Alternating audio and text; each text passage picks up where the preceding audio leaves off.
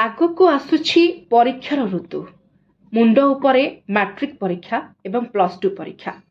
Matric जीवनर गोटे गुरुत्वपूर्ण सोपान अटे। Matric परठारु भविष्यत आमर निर्धारण हो जाए से भली प्लस टू पर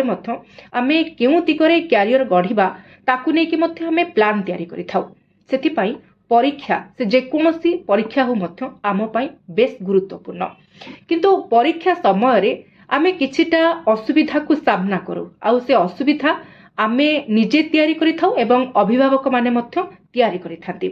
सेथिपाई आज मु ए भिडियोटी प्रस्तुत करिछि जे परीक्षा रे हॉल को जिबा पूर्वरु परीक्षा रे बसिबा पूर्वरु निजको केमिति प्रस्तुत करिवे बा जो किछि दिन आम हाथ रे एबे रहिला ताकू केमिति आमे सठिक भाबरे विनियोग करिबा। दर्शक बंधु प्रथम कथा हेउछि परीक्षा आगो को आसुछि बोली टेंशन होबा बा डिप्रेशन को चली जिबा एटा पूरा पूरी छाड़ी दियंतु एवं एबे ठारू गोटे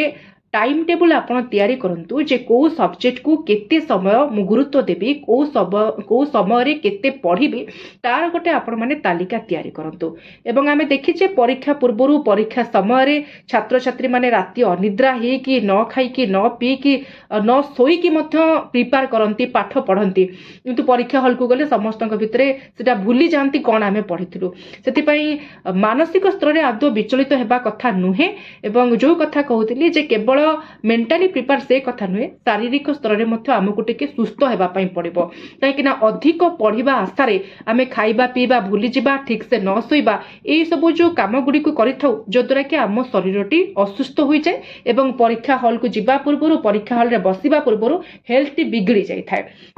द्वितीय कथा हेउछि सबु अभिभावक मानकु ए परामर्श रहिबो ए अनुरोध मोर रहिबो जे परीक्षा समय रे आपनकर पिला माने जेतिकी टेंशन रे रुहंती मु जानिछि सबु बापा माँ माने पिला मानकु नेकी सेतिकी टेंशन रे रहंती काहे कि ना पिला केमती परीक्षा रे भलो मार्क आनु भलो परसेंटेज आनु भलो स्कूल रे भलो कॉलेज रे तार ना केमती लेखा हबो ए चिंताटी समस्तंकर थाए। एवं एठी आमे देखिछु परीक्षा रिजल्ट आसिला परे मथो केते गुडी सब बैड न्यूज सामना को आसी थाए किंतु ए जो रही ना पिला मानकु आपण चाप बा जो टेंशन गोटे मार्क को लेके टार्गेट कर दउछंती एतिकी मार्क पाइबा निहाती जरूरी दयाकरी सेमती करंतु नाही। सबु पिला मानकर मानसिक स्थिति बा जो आमे देखुचे मने रखिबार शक्ति लिखिबार शक्ति सबु किछि भिन्न भिन्न थाए तेणु आपणक पिलांको आपण माने स्वाधीनता दियंतु पाठ पढ़िबा पई तांको गोटे प्रेरणा दियंतु।